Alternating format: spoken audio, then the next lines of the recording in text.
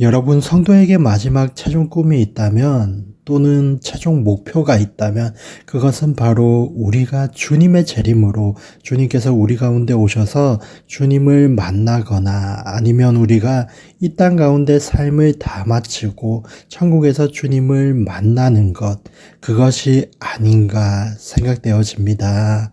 천국의 소망을 우리에게 보여주시고 또 십자가의 구원을 온전히 이룬 것은 주님의 부활입니다. 그래서 저는 파트 전도사 때부터 꿈땅 아이들에게 정말 강조했던 것이 있다면 부활절, 그리고 주님의 부활이었던 것 같습니다. 주님의 부활이 없으면 기독교는 아무런 의미가 없는 것이죠.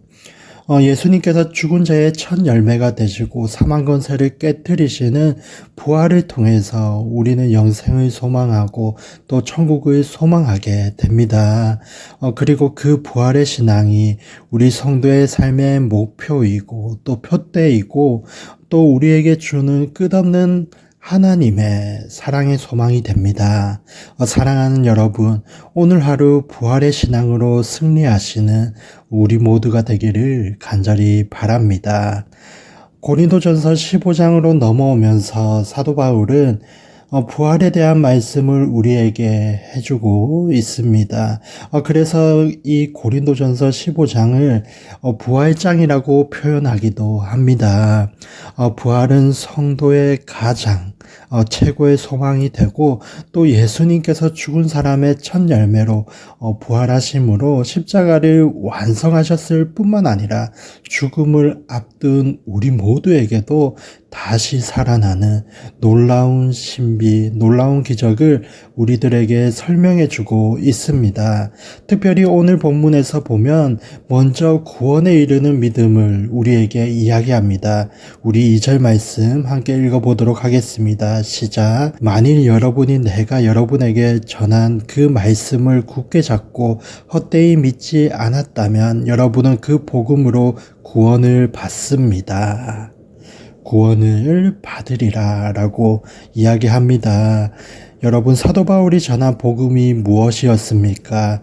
그 복음은 우리가 다 죄인으로 죽을 수밖에 없고 영원한 심판 가운데 들어갈 수밖에 없는 우리를 대신해서 예수님께서 우리의 죄를 대신 지고 십자가에서 죽으심으로 우리의 모든 죄값을 다 치르시고 그러나 장사되어 완전한 죽음 가운데 거하셨지만 그 죽음에 머물지 않으시고 그 무덤에 머물지 않으시고 사흘 만에 부활하심으로 다시 살아나심으로 십자가의 도를 완성하실 뿐만 아니라 사망, 다시 말하면 죄의 결과로 찾아오게 된 그 죽음을 깨뜨리는 사망 권세를 깨뜨리는, 그래서 우리로 하여금 영생의 자리로 나아가게 하는 그런 생명을, 부활을 우리에게 보여주셨다는 것.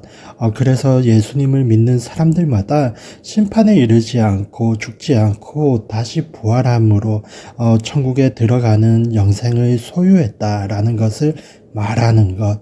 그것을 믿는 것이, 그것이 복음을 통해 얻게 되어지는 구원이죠. 그래서 구원에 이르는 믿음은 어떤 믿음인가? 부활의 신앙을 믿는 믿음입니다. 사랑하는 여러분, 부활이 우리에게 있다는 것은 너무너무 감사할 제목이고 또 너무너무 감격스러운 일입니다. 왜입니까? 우리의 실존이, 우리의 마지막이 결국 죽음이지 않습니까? 흙에서 온 그 육신이 흙으로 돌아가는 순간이고 결국 우리가 죄인이라는 것을 가장 분명하게 보여주는 증거가 죽음입니다. 그러나 성경은, 복음은 죽음으로 끝나는 인생이 아니라 다시 부활함으로 새로운 피조물, 새 생명을 얻는 새 삶을 살아가는 그 은혜를 우리에게 보여주고 있습니다. 그래서 부활하신 예수님께서 여기 보니까 베드로, 게바에게도 나타나시고 12 제자에게도 나타나시고 또 500여 명의 형제들에게도 나타나시고 또 야고보에게도, 사도들에게도, 그리고 고린도전서를 쓰고 있는 이 바울에게도 나타났다라고 이야기합니다. 한두 명이 봤으면 의심했을 수도 있을 것 같습니다. 또는 환상을 본 것이 아닌가 생각할 수도 있을 것 같습니다. 그러나 여기 나타난 대로 수많은 사람들이 부활하신 예수님을 만났고 경험했고 체험했고 또 확인했고 그러한 예수님께서 부활하셨기 때문에 오늘날 우리와도 함께 하시는 것입니다. 그것이 얼마나 놀라운지 모르겠습니다. 우리의 믿음은 나의 죄를 대속한 십자가의 믿음, 그리고 그 십자가로 부활하신 완성하신 부활의 믿음, 사랑하는 여러분, 이 십자가와 부활의 믿음으로 구원에 이르는 온전한 믿음을 소유하는 저와 여러분이 되기를 간절히 축원드립니다. 하나님께서 예수님을 이 땅 가운데 보내주셔서 우리의 죄, 인류의 죄를 대신 짊어지고 십자가에 죽게 하셨지만 죽음 가운데, 사망 가운데 머물게 하지 않으시고 다시 살리셨습니다. 온전하게 승리하신 것이죠. 그래서 사망 권세를 깨트리고 죄의 권세를 깨트리고 사단이 가지고 있는 가장 강력한 그 죽음, 그 사망, 그 권세를 깨뜨리시고 승리하신 것입니다. 여러분, 우리가 예수 그리스도를 믿는다라는 것은 나를 위해 대신 죽으신 예수님의 십자가의 복음을 믿는 것, 그것뿐만 아니라 그 주님이 나를 위해 살아나심으로 부활하심으로 주님이 나를 위해 이루시는 구원이 완성되었다는 것을 고백하는 그런 믿음에까지 이르러야 하는 것입니다. 또한 우리도 주님의 재림으로 우리에게 먼저 오실 수도 있고 또 우리가 육신이 세해져서 흙으로 돌아가는 죽음을 맞이할 수도 있지만 그게 끝이 아니라는 거죠. 그래서 성경을 자세히 보면 죽는다라는 표현보다는 잠들었다라는 표현이 많이 나옵니다. 잠들었다라는 것은 다시 깨어날 때가 있다라는 것이죠. 그런 점에서 사도 바울은 이렇게 고백합니다. 우리 8절에서 10절 말씀 함께 읽어보도록 하겠습니다. 시작. 마지막으로 다리 차지 못한 채 태어난 사람과 같은 내게도 나타나셨습니다. 나는 사도들 가운데 가장 작은 사람이요 사도라 불릴 자격도 없는 사람입니다. 이는 내가 하나님의 교회를 핍박했기 때문입니다. 그러나 오늘날 내가 나 된 것은 하나님의 은혜로 된 것입니다. 내게 주신 그분의 은혜가 헛되지 않아 내가 어떤 사도보다 더 많이 수고했습니다. 그러나 이것은 내가 한 것이 아니요 오직 나와 함께 계신 하나님의 은혜로 한 것입니다. 사도 바울의 참 놀라운 고백입니다. 참 겸손한 고백이죠. 사도 바울은 부활하신 예수님이 우리가 아는 것처럼 바울이 예수 믿는 사람들을 잡으러 갈 때 부활하신 예수님이 나타나셔서 바울에게 말씀하시지 않습니까? 바울아 바울아 왜 나를 핍박하느냐 라고 말씀하시면서 이 바울이 부활하신 예수님을 만나는 장면이 나오지 않습니까?